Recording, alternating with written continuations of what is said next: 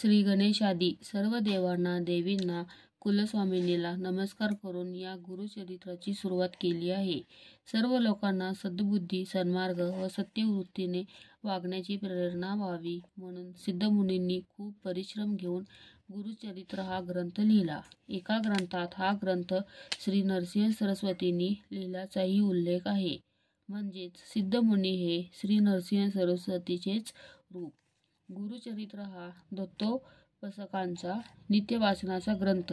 अनेक दत्तभक्त हा ग्रंथ नित्यनेमाने वाचतात, गुरुवारी उपवास करतात, दत्तदर्शन घेतात. त्यांचं जीवन सुखासमाधानात जातं. आजच्या बदलत्या काळातही भाविक दत्तभक्त हा ग्रंथ नियमित वाचतात. फार वर्षापूर्वी नरसिंह सरस्वती गाणगापूर येथे राहत असत. त्यांची कीर्ती चहूकडे पसरली. त्यांच्या दर्शनाला हजारो लोक येऊ लागले.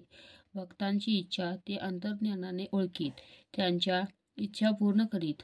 अशा श्रेष्ठ स्वामींच्या कृपाप्रसादाने भक्तांचे संसार सुखासमाधानाने चालत, सर्व चिंता दूर होत. गुरुचरित्राच्या 52 अध्यायांत निरनिराळी माहिती दिली आहे. त्या अध्यायांची गद्यरूपात ही माहिती दिली आहे.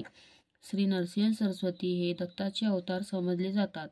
ते यात्रेच्या निमित्ताने अनेक ठिकाणी जात.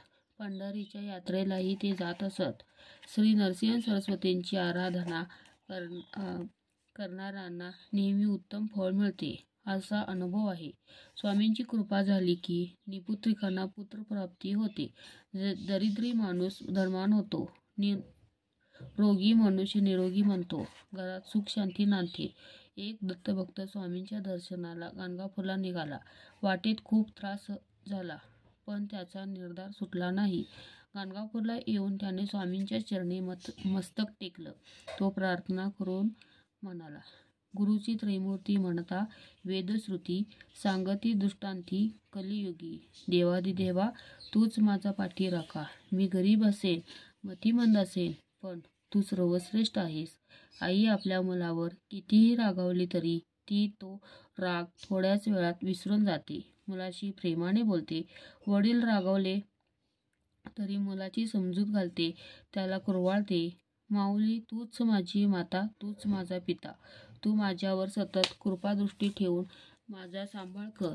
आईच्या सेवेबद्दल तिला मी काहीच दिलं नाही. मी देणार काय?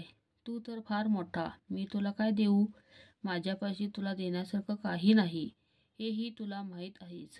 कलियुगात ख्याती श्री नरसिंह सरस्वती, भक्तांचा सारथी, कृपासिंधू भक्ता, कृपाळू अनंता, त्रयमूर्ती जगन्नाथा, दयानिधी. देवा तू सर्वज्ञ आहेस, तुला सर्व कळते. रावणाला लंका तूच दिलीस ना, ध्रुवाला अढळपद तूच दिलेस ना. त्यांनीही तुला काहीच दिलं नव्हतं. मी सामान्य माणूस, तुला काय देणार? देव भक्ताकडून काहीच मागत नाही. त्याची भावभक्ती तो बरोबर जाणतो.